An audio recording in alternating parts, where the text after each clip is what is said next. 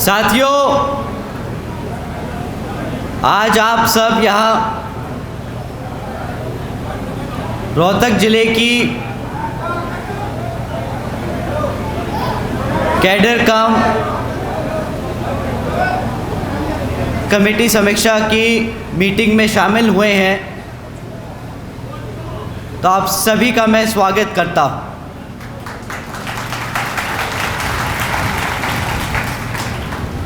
साथ ही साथ आज हमारी महिलाओं की संख्या देखकर, जो इतनी बड़ी तादाद में अपने घरों से निकलकर बसपा का मोर्चा संभालते हुए आगे बढ़ रही हैं, तो आप सभी का भी मैं तहे दिल से शुक्रिया अदा और धन्यवाद करता हूँ।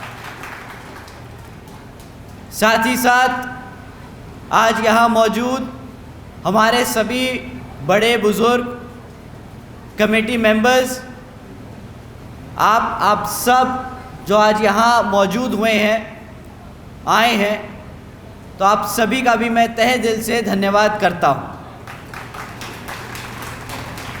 और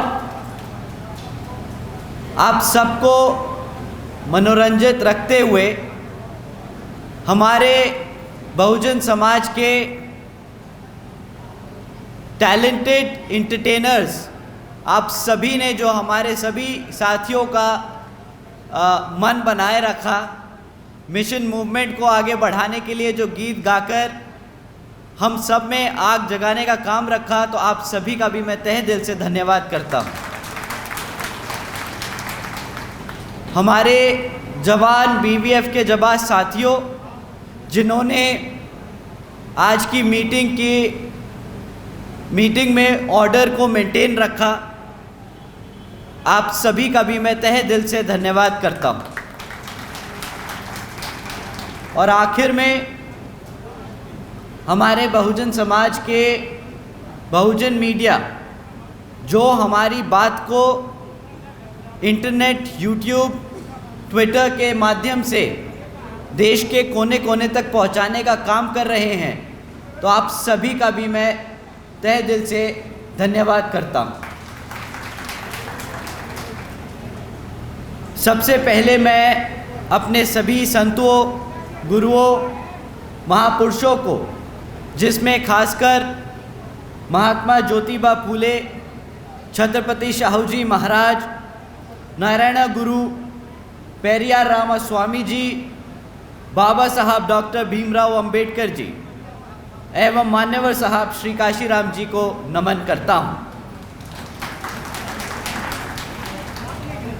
मान्यवर साहब श्री काशीराम जी की एकमात्र उत्तराधिकारी हमारी आदरणीय बहन कुमारी मायावती जी को भी नमन करता हूँ।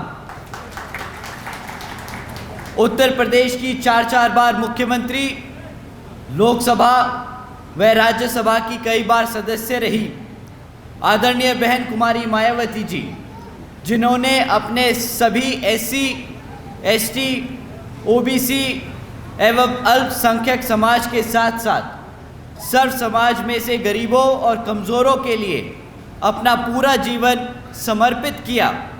तो मुझे गर्व है कि मुझे ऐसे महान नेता के नेतृत्व में काम करने का मौका मिल रहा है।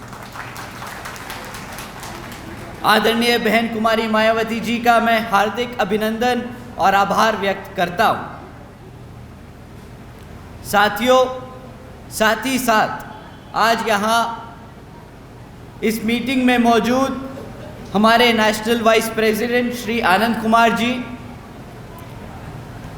हमारे सेंट्रल स्टेट के इंचार्ज हरियाणा, पंजाब और चंडीगढ़ से श्री रणधीर सिंह बेनीवाल जी, श्री कुलदीप बलियान जी, श्री राजवीर जी, श्री संजय बोध जी, श्री संजय चोपड़ा जी, श्री कृष्ण जी, श्री परवीन फतेहपुर जी, श्री विनय बोध जी, श्री आज़ाद चोपड़ा जी, आप सभी का भी मैं तहे दिल से धन्यवाद और स्वागत करता हूँ। साथियों, आज आपकी पार्टी को 39 साल हो चुके हैं। इन 39 सालों में हमारे संस्थापक परम पूज्य मान्यवर साहब श्री काशीराम जी और एक छोटे से परिवार से मैं जन्मी, दिल्ली की गलियों से निकलकर दिन रात एक कर अपना पूरा जीवन और अपना परिवार इस पार्टी व मिशन और मूवमेंट के लिए त्याग कर बहन जी ने दलितों और पिछड़े समाज को राजनीति की मुख्य धारा में लाने का काम किया। गरीबों और कमज़ोरों को इतना सम्मान दिया कि आज कोई भी राजनीतिक पार्टी हमारे इस वर्ग को नज़रअंदाज नहीं कर सकता। अल्पसंख्यक समाज को उसके हकों के बारे में जागरूक कर इस भारत में भाईचारे के आधार पर एकजुट कर समतामूलक समाज की स्थापना करने की कोशिश की और सर्व समाज को एक सरकार देने का काम किया, जिसकी कल्पना हमारे गुरु बाबा साहब डॉक्टर भीमराव अंबेडकर जी ने की थी। साथियों, 39 साल पहले ये मूवमेंट युवाओं ने शुरू किया था। आप सब इस मूवमेंट का हिस्सा रहे हैं। आप सब ने वो त्याग किया है जिसकी बदौलत आज हम सब इस पार्टी को इस मुकाम तक लेकर आ पाए हैं। परंतु जैसे जैसे समय बढ़ता चला गया, वैसे वैसे पार्टी में हमारे साथियों की उम्र बढ़ती चली गई और जिस चीज़ को ध्यान में रखकर बहन जी ने पार्टी में हर स्तर पर हमारे युवा साथियों के लिए 50% हिस्सेदारी तय की, समय आ गया कि आप सब अब आने वाली पीढ़ी को तैयार करें। बहन जी ने हमें भेजा अपने परिवार से कि अब हम मिशन मूवमेंट में लगकर जो त्याग आप लोगों ने किए उसको हम आगे बढ़ा के चले, ताकि जो सम्मान और अधिकार आज तक आप सबको मिल पाए हैं और अभी मिलने जो बाकी हैं, वो आने वाली पीढ़ी उसके लिए काम करे, ताकि आप सब अपने जो रिटायरमेंट की एज है, जो बुढ़ापे की एज है, उसको अच्छे से व्यापन कर सके। साथियों, और मैं अपने युवा साथियों से दरख्वास्त करूंगा कि आपको अब बढ़ चढ़कर पार्टी के सभी कार्यों में हिस्सा लेना होगा। अब आपका समय आ गया है, अब आपका समय आ गया है और आपको अब ये छोटी मोटी जो मुटाव हैं, जो झगड़े हैं, जो आप छोटी मोटी चीज़ों के लिए परेशान होते हैं, उस चीज़ों को अब आपको इग्नोर करके आगे बढ़ने का काम करना होगा। जैसे कि आज की जो समीक्षा मीटिंग रखी गई है, इसमें कितने युवा साथी आज मौजूद हैं जिनकी उम्र 25 साल से कम है? हाथ उठा के एक बार 25 साल से कम उम्र के साथी अपने हाथ उठाए, खड़े हो जाएं एक बारी। 25 साल से जो कम है,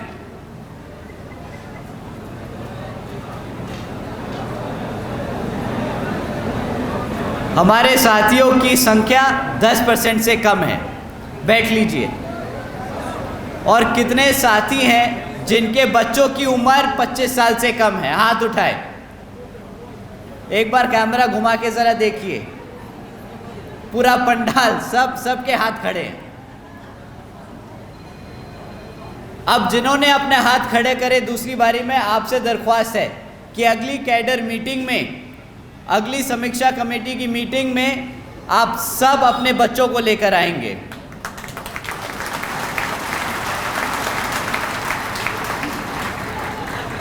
अब समय आ गया उनको भी समझने का जैसे आप अपने परिवार में बच्चों को पढ़ा लिखा कर तैयार करते हैं कि वो आगे आके आपका बुढ़ापे में ध्यान रखेंगे, तो ये इस समाज के लिए आपको अपने बच्चों को अब तैयार करके आगे भेजना है, समीक्षा कमेटियों में भेजना है, पार्टी के कार्यक्रमों में भेजना है, ताकि आपके बुढ़ापे के ज़माने में, समय में वो आपका ध्यान रख सके एक सामाजिक तौर पर।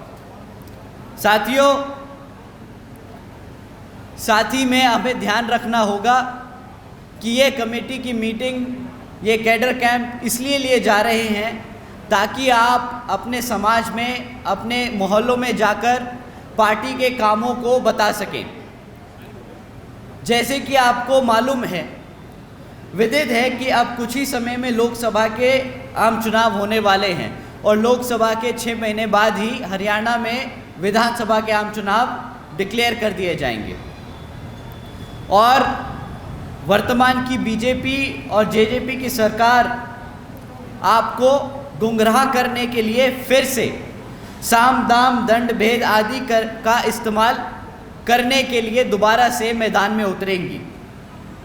तो आपको इन सब बातों का ध्यान रखना होगा और इनकी बातों में ना आकर इनसे गुमराह नहीं होना होगा और अपने साथियों को भी उसी हिसाब से तैयार करना होगा। साथियों, इनकी हकीकत मैं आपके सामने कुछ स्मॉल शॉर्ट पॉइंट्स में रखना चाहूँगा। इनकी विफलताएं तो अनेक हैं, बट 4-5 मुद्दे आप लोगों के बीच में रखता हूं जो आप आगे जाके समाज में हर व्यक्ति को बताने का काम करें। पिछले कई वर्षों से बीजेपी जेजेपी की सरकार चल रही है और आज तक ना यहाँ पे गाँवों में पक्की सड़कें बनी, ना यहाँ पर 24 घंटे बिजली की व्यवस्था तय की गई, ना यहाँ पर रोज़गार के अवसर दिए गए और ना यहाँ जाति और धर्म के नाम पर जो दंगे हो रहे हैं उनको रोकने का काम किया गया। साथियों, अभी कुछ ही समय पहले की बात है, नूह में मुसलमान और हिंदू के बीच में दंगा कराया गया। क्या यहाँ मेरे बैठे साथी बता सकते हैं कि क्या कोई धर्म किसी दूसरे धर्म या जाति के खिलाफ उत्पीड़न करने की सलाह देता है? हाथ उठा के आप बताएं, अगर नहीं देता तो मना करके हाथ बताएं। तो आपको क्या लगता है कि जो भारत, जहाँ पर इतने हजारों धर्म, इतने लाखों जातियाँ हैं, वहाँ पे भाईचारे की तौर पर एकजुट होकर आगे बढ़ने का काम नहीं किया जा सकता?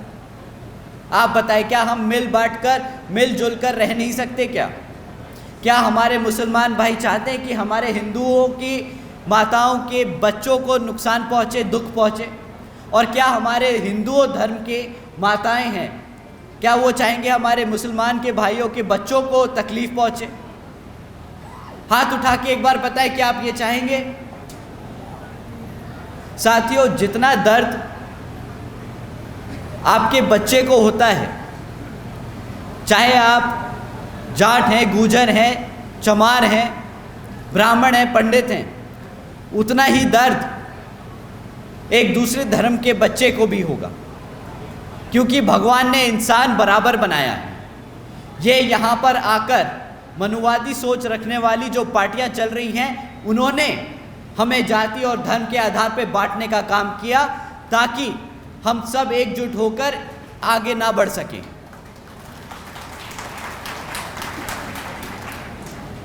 साथियों, आज भी बीजेपी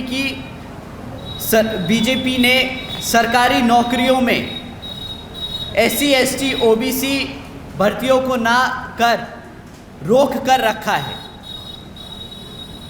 जैसे कि आप जानते हैं कि जो बैकलॉग की जो नौकरियां हैं, आज भी यहाँ पे हरियाणा सरकार में पूरी भरी नहीं की गई, जबकि हरियाणा सरकार में 1,80,000 से ज़्यादा नौकरियाँ आज भी खाली पड़ी हैं।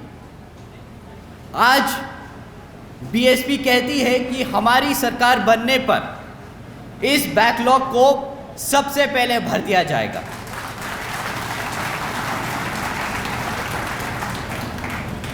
साथियों, आज भी बीजेपी जेजेपी ने एजुकेशन पॉलिसी लागू नहीं करी। कई बारी कमेटी बनाई, कई बारी उस पर चर्चा की, कई बार रिपोर्ट जमा कराई, बट आज तक पॉलिसी लागू नहीं करी।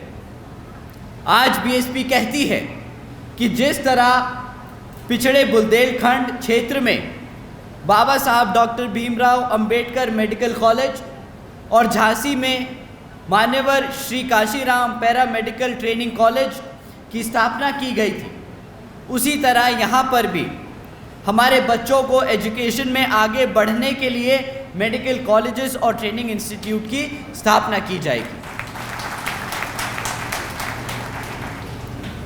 आज भी जो आशा वर्कर लंबे समय से अपनी मांगों के लिए धरने पर बैठे हुए हैं, जिनको इस बीजेपी जेजेपी सरकार ने नज़रअंदाज कर रखा है, तो आज बीएसपी कहती है कि हरियाणा में सरकार बनने पर हमारे आशा वर्कर्स को की समस्या का उचित समाधान किया जाएगा। साथियों, अगर बीजेपी जेजेपी का यह हाल है तो कांग्रेस कुछ कम नहीं। कांग्रेस आपको गुमराह करती है ये बोलकर कि बीएसपी बीजेपी की बी टीम है, बट साथियों हकीकत ये है कि वो इसलिए ये बोलती है क्योंकि उसके पास खुद इतने सालों में सरकार में रहने के बाद भी कुछ काम बताने को नहीं है कि उसने आपके लिए क्या काम किया। इतने सालों से वो सत्ता में आसीन रहे, परंतु आज भी यहाँ के हमारे एससी, एसटी, ओबीसी और पिछड़े समाज के लिए एक भी काम नहीं है जो उनके नेता आके आपके बीच में खड़े होकर बोल सके कि हमने हमारे समाज के लिए ये काम किया। साथियों, बीजेपी में उससे भी बुरा हाल है।